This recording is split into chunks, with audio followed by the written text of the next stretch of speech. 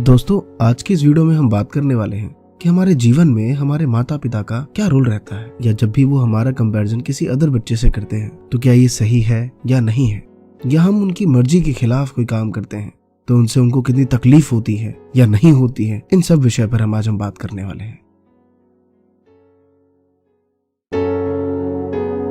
तो नमस्कार दोस्तों, मेरा नाम है अमरीश और स्वागत है आप सभी का महात्मा जी टेक्निकल में। दोस्तों, अभी जो मैं आपको सुनाने जा रहा हूँ ये कोई स्टोरी नहीं है, या पता नहीं अब इसे क्या कहेंगे। ये मेरे मन में चल रहा एक प्रश्न है जिसका जवाब मैं आपसे जानना चाहता हूँ ये कहने के बाद कि क्या ये एक सिर्फ स्टोरी है या एक फैक्ट है लाइफ का। एक माँ और एक बच्चे के बीच एक लड़ाई होती है छोटी सी। बच्चा कहता है कि मैं अभी घर से बाहर चला जाऊंगा। माँ कहती जा, अभी जा, तू अभी निकल। वो कहता है हाँ फिर जा रहा हूं, मैं लौट के नहीं आऊंगा। माँ कहती ठीक है, जा जा इस घर से। लेकिन वो बच्चा जाने से पहले अपने घर में एक कैमरा लगा के जाता है, और जब जा रहा होता है तो माँ कहती है अभी निकल, तू जा इस घर से जा। जब वो निकल जाता है उस घर से तो कहता है अब वापस नहीं जाऊंगा इस घर में। करीबन 1 घंटे बाद उसे समझ आता है कि चल यार, अब घर तो जाना ही पड़ेगा। जैसे ही डोर पे पहुंचता है, माँ डोर खोलती है और फिर कहती है कि तू फिर आ गया, चला क्यों नहीं गया। उसे फिर गुस्सा आता है, लेकिन चुपचाप अपने घर में आ जाता है। वो कहता है जरा चेक तो कर लूं कि मेरे खिलाफ क्या क्या साजिश रची गई, क्या क्या कहा गया, या क्या कहते हैं ये मेरे पीठ पीछे। जब वो अपने उस कैमरे में उस वीडियो को देखता है तो उसका दिमाग सन्न रह जाता है। वो देखता है कि जैसे ही मॉम ने डोर लॉक किया, सबसे पहले उनके आंसू निकले। फिर डरी कि पता नहीं कहाँ गया होगा, कब आएगा। हमेशा लड़ता रहता है मुझसे, मेरी बात भी नहीं सुनता, कहीं ना कहीं मेरी ही गलती होगी, मैं ही ज्यादा डांट देती हूँ उसे। कब आएगा, आधे घंटे हो गए, फोन भी नहीं करा अब तक। उस टाइम उस बच्चे के हाथ से फोन गिर जाता है। पता नहीं दोस्तों, ये वाकई क्या एक स्टोरी है जो मेरे माइंड में क्रिएट हुई, या एक रियलिटी है? इसका जवाब मैं आप सबसे जानना चाहता हूँ।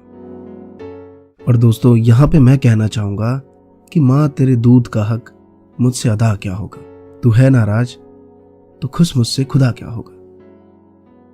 दोस्तों, भूल गए क्या आप कि यही वो माँ है कि जब तुम आके कहते हो कि माँ मुझे सिंगर बनना है, तो मंदिर में तुम्हारे लिए सिंगर की दुआएं, और जब अगले दिन आके तुम कहते हो कि माँ मुझे डांसर बनना है, तो मंदिर में तुम्हारे लिए डांसर की दुआएं, और फिर आके कहते हो कि नहीं नहीं इन सब में कुछ रखा नहीं है, मुझे पढ़ना है माँ, तो तुम्हारे लिए पढ़ने की दुआएं। दोस्तों, माँ का दिल तो ऐसा ही होता है। एक शख्स ने अपनी माँ से पूछा था, कौन है वो शख्स, बताएंगे कभी फुर्सत में जब मौका मिला तो, कि माँ मैं एक दिन रईस बनूंगा या नहीं। तो उस माँ ने कहा कि तू रईस बने ना बने, तेरे चेहरे से रईसी झलकती है। दुनिया में कुछ ऐसी गलतियां होती हैं जो सिर्फ हम एक बार कर सकते हैं, जो जिंदगी मौका नहीं देती दोबारा उस गलती को करने के लिए। ऐसा होता है इस माँ का दिल।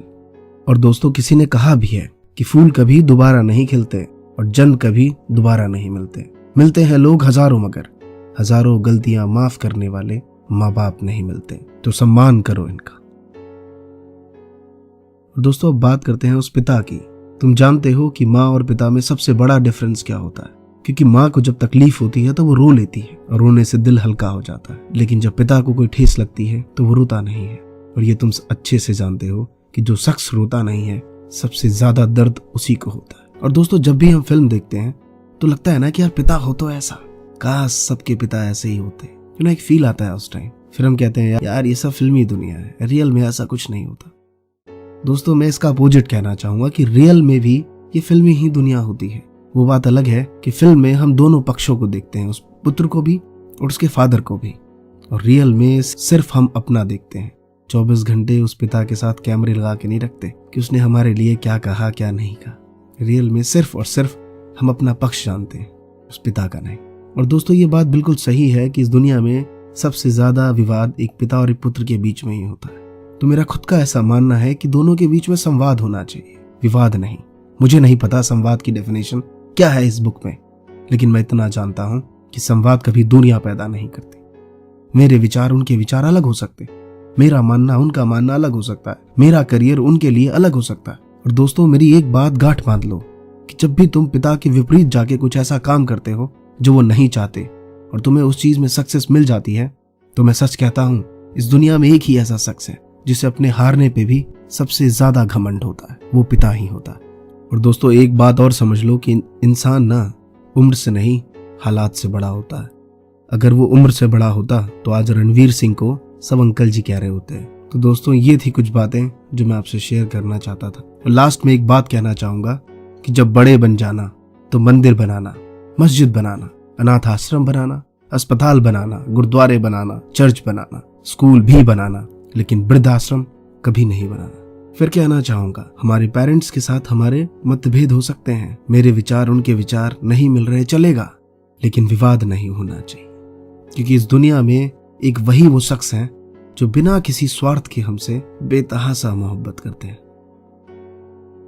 दोस्तों ये वीडियो बनाने का ख्याल मेरा अभी तो था नहीं। एक्चुअली एक वीडियोस अपलोड की थी सुबह, आप लोगों ने काफ़ी देखा, उसे अच्छा लगा कि चलो आप लोग उसे समझ रहे हैं।